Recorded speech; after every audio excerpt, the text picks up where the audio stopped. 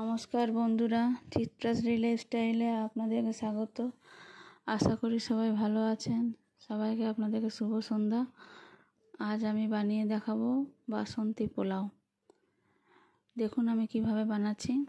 আমি এটা 4 কাপ চাল মেপে নিয়েছি। যে কাপে মেজারমেন্ট কাপের 4 কাপ চাল এটা মেপে নিয়েছি। প্রায় 1 কিলোর কাছাকাছি আছে চালটা। প্রথমে জলে ধুয়ে জলটা ঝরিয়ে রেখেছিলাম। তারপর এবার জলটা যখন ঝরে গেছে এবার চালটা মেখে রাখবো। তার মধ্যে চালটার মধ্যে আমি আদা একটু 1 ইঞ্চি মতো আদা গ্রেট করে নিয়েছি। আর বাকি সমস্ত জিনিস দেখুন নিয়েছি, লঙ্কা, কাজু, কিশমিশ, চিনি, হলুদ, ঘি আর গরম মশলা গুঁড়ো দেবো, আর দেবো গোলমরিচ গুঁড়ো। আর নুনটা দেখুন পরিমাণ মতো নুন মাখিয়ে নিলাম। আমার যেহেতু 4 কাপ চাল আছে, 4 কাপ চালে আমি 1 কাপের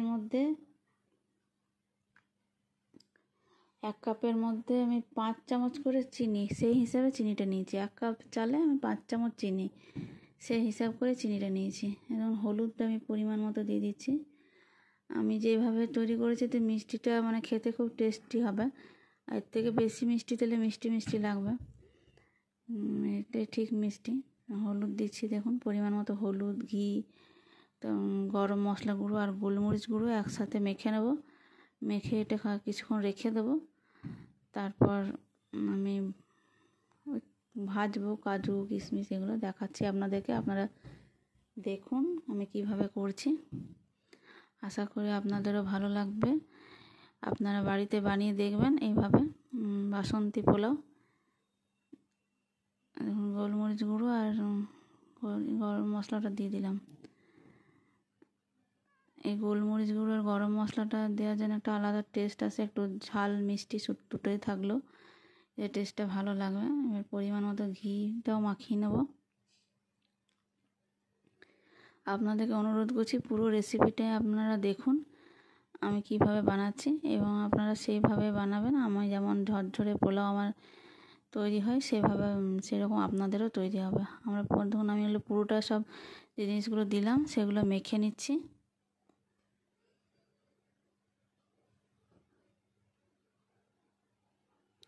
মেখে কিছুক্ষণ রেখে দেবো।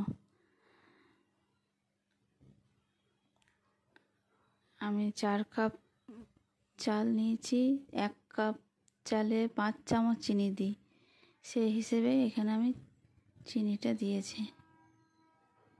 আপনারা সেই হিসেবে চিনি দেবেন। নুনটা পরিমাণ মতো দিতে হবে, নিজের আন্দাজ মতো নুনটা দিতে হবে।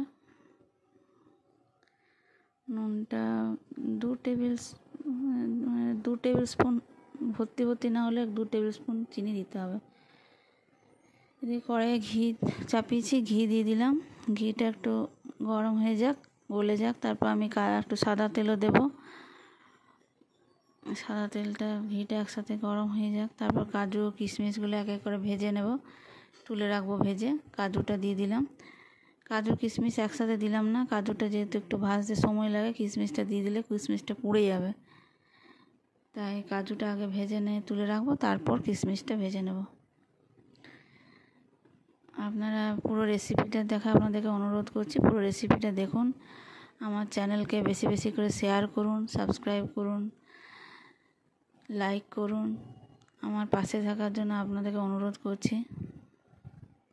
আমার পাশে থেকে আমার চ্যানেলকে এগিয়ে নিয়ে যাওয়ার জন্য আপনারা সাহায্য করুন।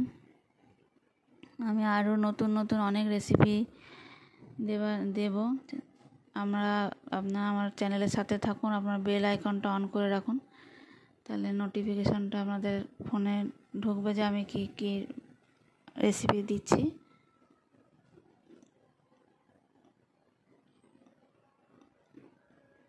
আপনারা বাড়িতে বানান, এই পদ্ধতিতে বানাবেন, দেখবেন খেয়ে আমার কমেন্টে জানাবেন যে সত্যি যে একদম ঝরঝরে এবং খুব সুন্দর টেস্টি বাসন্তী পোলাও অনুষ্ঠান বাড়ির মতনই তৈরি হবে।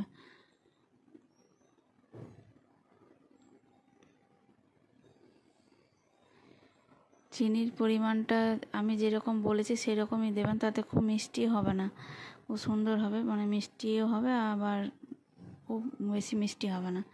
আর গোলমরিচ গুঁড়ো, লঙ্কাও দেবো, এতে ঝাল মিষ্টি সব টেস্টেই থাকবে। এখন আমি কাজু কিশমিশগুলো ভেজে তুলে রাখলাম। কিশমিশটা পরে ভাজলাম, যেহেতু পুড়ে যেতে পারে তার জন্য। আমি এবার যে ঘিটা বেঁচে গেছে, ঘি আর সাদা তেলটা, তাতেই আমি বাকি রেসিপিটা বানিয়ে নেব। আমি তেজপাতা আর গোটা গরম মশলাগুলো দিয়ে দিলাম। এগুলো হালকা সেন্ট ওটা অবধি আমি একটু ভাজবো।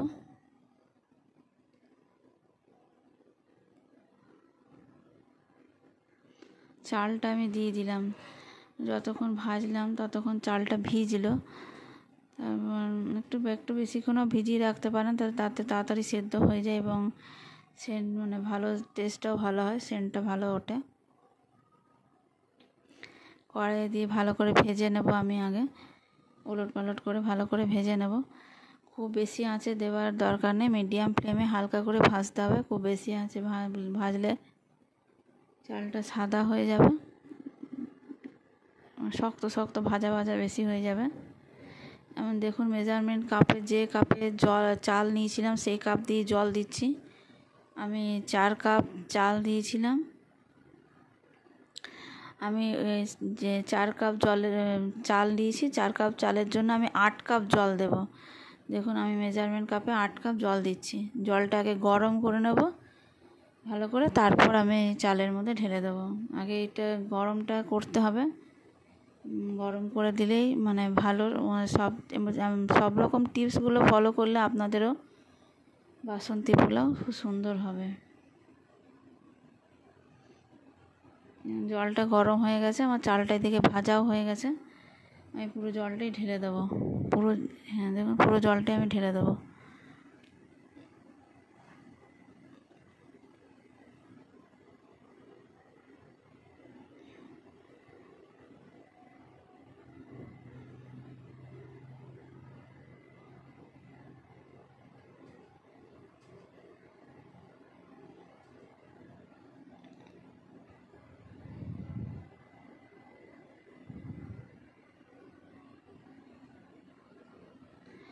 কিছুক্ষণ ঢাকা চাপা দিয়ে সেদ্ধ করতে কম আঁচে দিয়েছিলাম 10 মিনিট মতো। বেশিক্ষণ হতে লাগে না, 10 মিনিট মতো ঢাকা চাপা দিয়ে সেদ্ধ করতে দিয়েছিলাম। আমি আবার একটু ওলট পালট করে নেব, তলা ওপর করে নেব, তাহলে তলায় লেগে যাবে না। একটু ওপরের চালটাও ঠিক মতো সেদ্ধ হয়ে যাবে। যেটা ওপরের দিকে আছে, যেটা তলাতে জলটা কমে গেছে, সেদ্ধ হয়ে অর্ধেক সেদ্ধ হয়ে গেছে। এখন পুরো জলটা যতক্ষণ না শুকোচ্ছে এবং চালটা পুরোপুরি সেদ্ধ হচ্ছে, ততক্ষণ আমাকে এটা এখন ঢাকা দিয়ে করতে হবে। আমি এখন লঙ্কাগুলো দিয়ে দিচ্ছি। আগে লঙ্কাগুলো দিইনি, কারণ লঙ্কাগুলো আগে দিলে ভেঙে যাবে, সেদ্ধ হয়ে যাবে বেশি, এবং ভেঙে গেলে খুব বেশি ঝাল হয়ে যাবে। তার জন্য আমি লঙ্কাটা পরে দিচ্ছি। এভাবে লঙ্কাটা দিলে বাসন্তী পোলাওয়ের সেন্টটাও খুব সুন্দর ওঠে, কাঁচা লঙ্কার সেন্টটাও উঠবে। আর প্রয়োজন মতো, নিজের পছন্দ মতো আপনারা লঙ্কাগুলো নিজে নিজে নিয়ে খেতে পারবেন। আমি ঢাকা চাপা দিয়েছিলাম আরেকবার।